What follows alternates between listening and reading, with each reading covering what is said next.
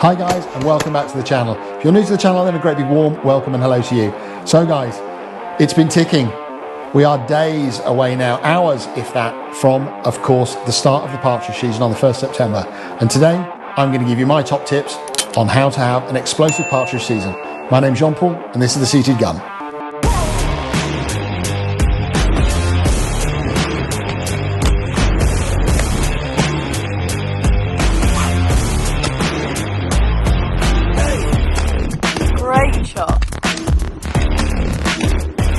So guys, as I've said, we have literally hours before the start of what is hopefully going to be an absolutely explosive partridge season.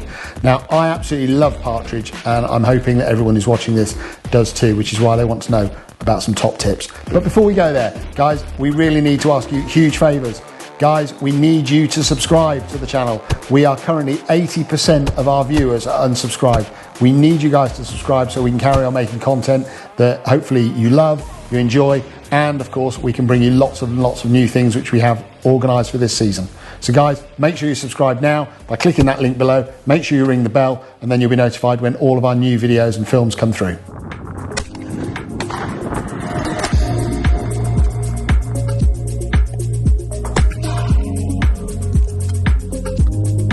So if you've already been out and you've been lucky enough to get on those grouse moors, and I'm sure some of you have been, then I hope you've had a great start to your shooting season, 25-26 of course. However, for the bulk of people, partridge is where it starts, and of course that is literally hours away. And I have to say, I am a massive, avid fan of shooting partridge. So hopefully, if you like shooting partridge like I do, these tips will be beneficial to you too. Most people will of course recognise and know and hear all about partridges that are called redlegs. These are actually French partridge. So partridges arrived from France into East Anglia in about 1770, and ultimately they were brought across for game, which is ultimately what we have them for now. So they're not a native bird of the UK. However, we also have in the UK, of course, English greys. So moving on to tip number one, knowing your quarry. Of course, in the UK we have two types of partridge. We have greys, which are the traditional English partridge, or we have the redlegs, which of course are the French partridge, which most of us recognise. Now the big thing for me is there isn't a lot of greys. So although you may be on a partridge shoot and the keeper may say to you they've got greys, personally for me, I always leave the greys. I let them fly through the line because, hand on heart, we haven't got a lot of them.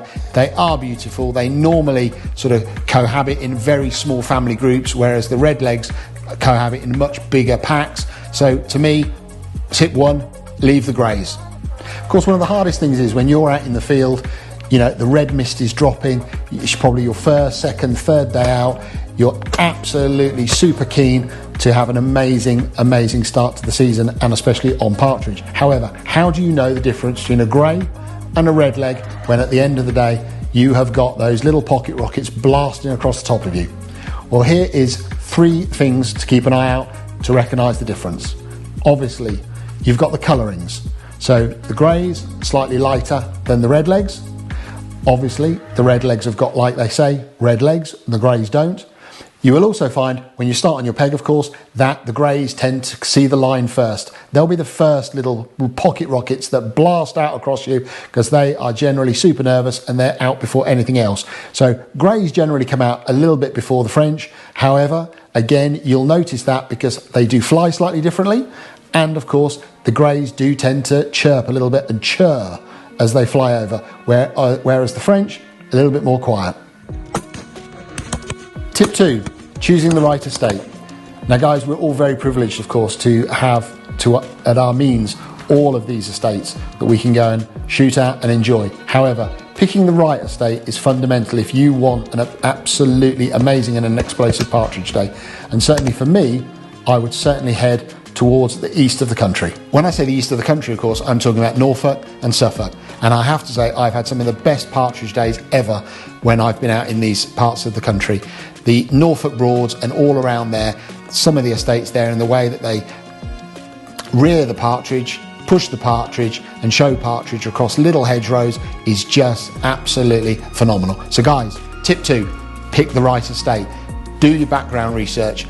ask the questions, speak to people, and check out the reviews to make sure that when you get to that estate, you're not going to end up with weak partridge, or of course mixed days of partridge and pheasant if we're approaching the pheasant season and you only want to shoot partridge. Tip 3, guys: guns, chokes and shells. Great shot.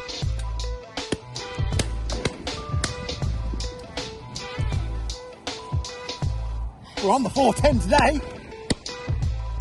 What do you reckon? Now for me personally, partridge, I love to shoot them with a 20 bore or even the 28. And I think you'll find far more enjoyment shooting them with a small bore than you will a heavier gauge gun. However, that all said, if you've only got a 12 bore, you'll still have an amazing day, but just to make it a little bit more interesting is the right word, then what I would do is I would use a lighter load. When I'm shooting partridge on my 20 bore, then I will shoot something like a 24 gram 4 if I'm shooting steels, or if I can shoot lead, then of course I'll be shooting something like a 28 gram 6. Towards the latter part of the partridge season, so coming up to the end of September, going into early October, maybe mid-October, then I might increase to a 30 gram 6 or possibly a 30 gram 5 once they've been shot over a few times and they're a bit more wily.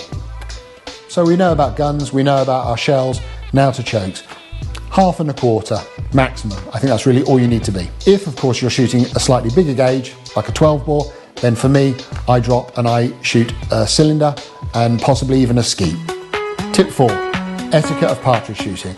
Partridges are a little bit, as we all know, a different beast. They absolutely fly like rockets. They blast out of any bit of cover they can find, and not necessarily are they always going to be high birds. Partridge don't fly high anyway, let's be fair about it. Some of the best partridge shooting I've had is over hedgerows in Norfolk and Suffolk, where you really do have to make sure you're fully aware of your surroundings. When you get to your peg, make sure you're positioned properly. Remember, partridges can come from anywhere and everywhere, and they're not going to be nice to you. They're going to come out from wherever they think is the easiest escape.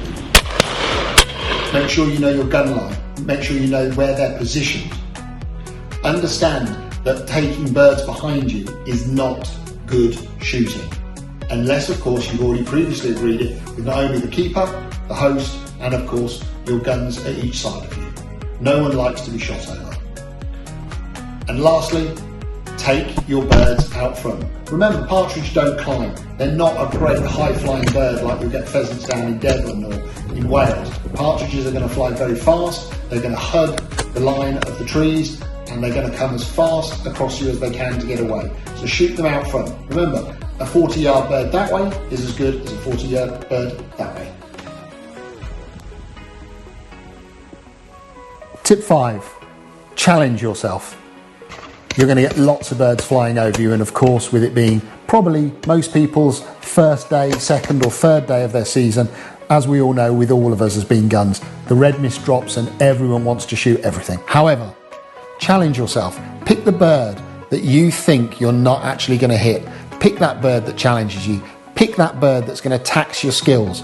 Not every bird has to be shot. And remember, those low birds that are flying over, they're not sport. They're just there to tempt you, as the bigger and the better ones are coming straight after.